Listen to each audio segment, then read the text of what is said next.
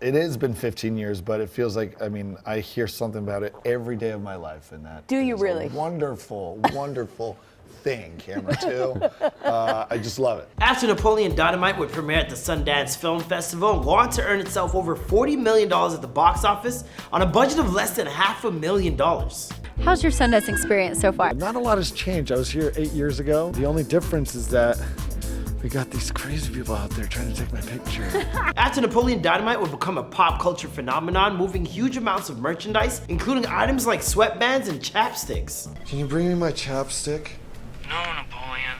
But my lips hurt real bad. Just borrow some from the school nurse. I know she has like 5 sticks in her drawer. I'm not gonna use hers, you sicko. After Napoleon Dynamite would see a spin-off animated series drop nearly 10 years after the release of the original film. He's always trying to ruin my life because he's jealous of my sweet body.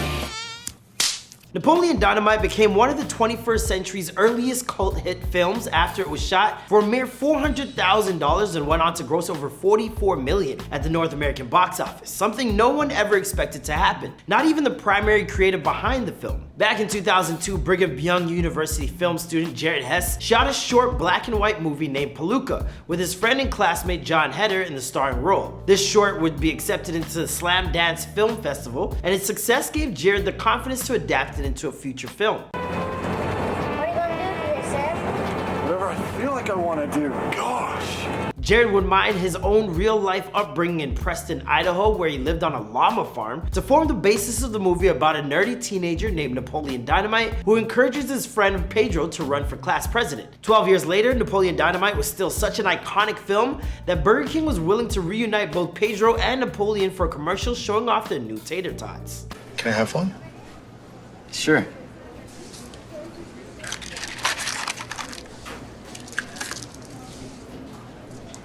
That's just the type of staying power this film has. Unfortunately, the same can't rightly be said for the cast. Sure, some actors like Diedrich Bader, Sandy Martin, and even Heder himself have had relatively successful careers in film and television. But the majority of the cast, including Jon Gries, Efren Ramirez, Ruell, Tina Majorino, and Shondrella Avery, have all primarily been relegated to co-starring roles in later projects.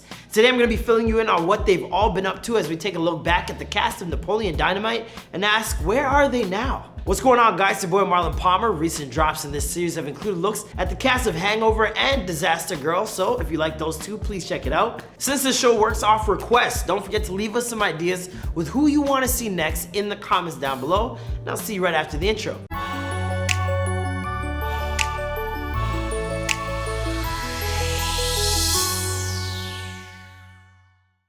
Let's begin with Mr. Napoleon Dynamite himself, Jon Heder. As mentioned off the top, Jon was involved with this project from the beginning, having starred in the original short that it was based off of. In the big screen adaptation of the story, Jon starred as Napoleon, the quirky, llama-feeding high schooler who enjoys eating tots, drawing ligers, and perfecting all of his many skills. You know, like nunchuck skills, bow hunting skills, computer hacking skills. Girls only want boyfriends who have great skills. In real life, Jon is a practicing Mormon who's been married to his wife Kristen Heder since 2002, about 2 years before Napoleon would turn him into a household name. They even have 4 children together. With a family to support, you're probably wondering how much Jon got paid for the film. And it wasn't much, only $1,000. Thankfully, after the film was released and became a massive success, Jon was able to renegotiate his contract and earn a cut of the film's immense profits. From that point on, Jon became an actor in high demand, at least for a little while. He starred in films like Blades of Glory alongside Will Ferrell and Just Like Heaven with Reese Witherspoon. Unfortunately for Jon, he'd find himself typecast thanks to the immense popularity of his first film. Portraying such an iconic character is a bit of a double-edged sword, and it's always been that way for actors. Sometimes a role brings you fame, but then the general movie-going audience simply can't buy you as anyone else. So from the start of about 2010 on, Jon has been appearing largely in indie-minded projects, comedies like When Jeff Tried to Save the World. Most recently, he popped up in the newest Tremors film, which dropped in 2020. She's culling the weakest from the herd first. Crap, that means I'm next. Up next is Jon Gries, who played Napoleon's crazy uncle Rico, a man with a particular talent for throwing not only footballs, but steak as well. Watch this.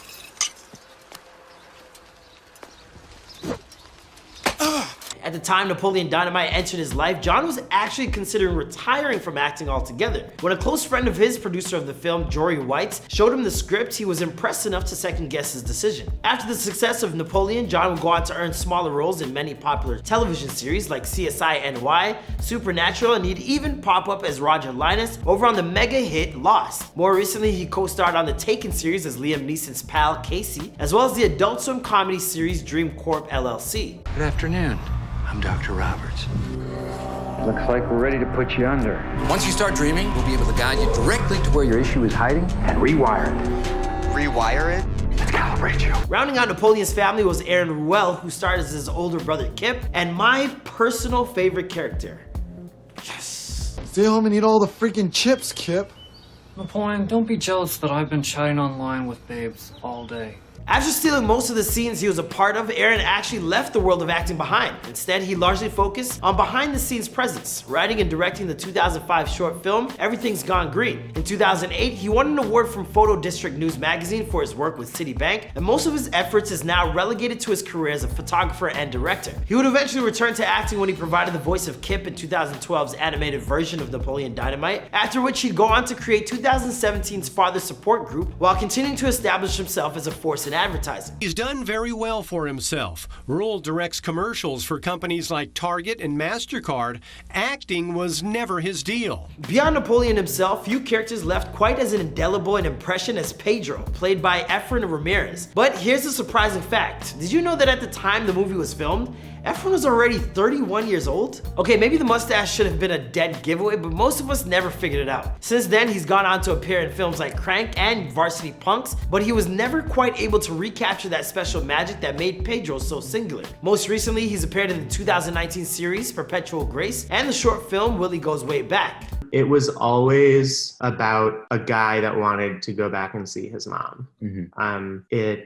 At the way beginning was actually a poem, not a song that he was trying to remember. Tina Majorino was a child star who got her big break in 1994's Andre before appearing as Deb in Napoleon Dynamite, the girl with the gigantic sleeves. Prior to being cast in the role, Tina had never starred in a comedy before, but this film displayed that she has some pretty decent comedic chops, and after it became a runaway hit, Tina would show up in another cult property, Veronica Mars. To this point, she hasn't gone on to appear in many notable films, but she's booked regular gigs on massive shows like Big Love and Grey's Anatomy, where she played Dr. Heather Brooks. Oh, cool. Is that an epidural hemorrhage?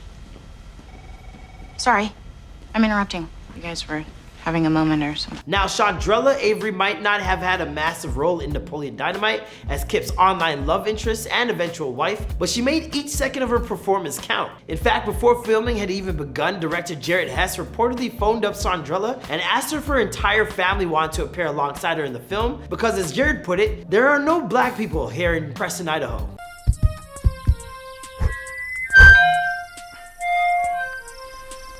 Why do you love me?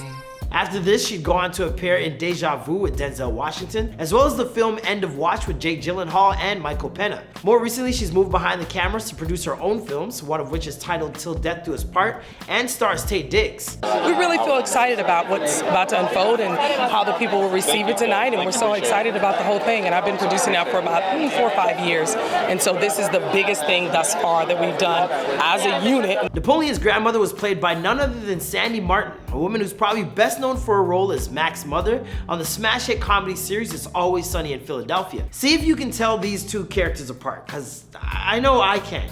Kip, listen. What? Tonight, me and your aunt are going to go visit some friends, and we're not going to be back till tomorrow. You think I'm ugly? Yeah. I'm not ugly, you're ugly. Yeah. Sandy is a veteran actress who first entered the industry at only 15 years old, working in film, television, and the theater. Not only has she produced and directed plays like The Team and Hot House, but she's shown up on television series like The Young and the Restless, Two Broke Girls, and so many, many more. Most recently, she's appeared in 3 billboards outside Ebbing, Missouri, as well as the hit Showtime series Ray Donovan. I love black comedy. It's my favorite genre. Finally, Diedrich Bader will always be most well known for playing Drew Carey's buddy Oswald on The Drew Carey Show, and if not for that, then definitely for his role as Lawrence in Office Space. It says to Mary, my beloved. Withy. As such, Diedrich was probably the biggest star to appear in Napoleon Dynamite, and since that film was released, he's continued to work tirelessly, most often providing voice work for series like Phineas and Ferb, Ultimate Spider-Man, and Harley Quinn, where he embodies none other than Batman himself. What I'm trying to say is Diedrich's voice is nearly impossible to escape, and it's pretty iconic. What is wrong with me? You're a sociopathic narcissist. It was rhetorical, asshole! So will we ever get that Napoleon Dynamite sequel a lot of us so desperately crave? Well, the short answer is don't hold your breath. In 2012, Fox created an animated series of Napoleon Dynamite, but despite having the entire cast reprise their roles, the show was a massive flop and was canceled after only one season. Since then, Heder told Rolling Stone that those episodes were the closest thing their fans would ever get to a sequel. However, over the course of the last year, many of the cast members reunited to appear at multiple film festival circuits to discuss the impact the film has had over the years. Actors like Jon Heder, Efren Ramirez, and Jon Gries toured to sold-out shows in Detroit, Grand Rapids, Kalamazoo, and Salt Lake City, amusing audiences with background on the production of the film. I think I can speak for all of us. You know, it represents something that's a little more than just a memory and a classic film. I think that this film's brought a lot of families together. Will re-immersing themselves in these roles for the first time in nearly a decade convince them to take another look at a potential sequel? Well, potentially, but that's another story for another time and another video. After all, this is Where Are They Now? And you're all caught up with the recent history of the cast of Napoleon Dynamite. Be sure to let us know what you thought in the comments down below, and don't forget to follow our series on Instagram at Before They're Famous so you can vote on who we cover next, and I'll catch you guys in the next video. Bye.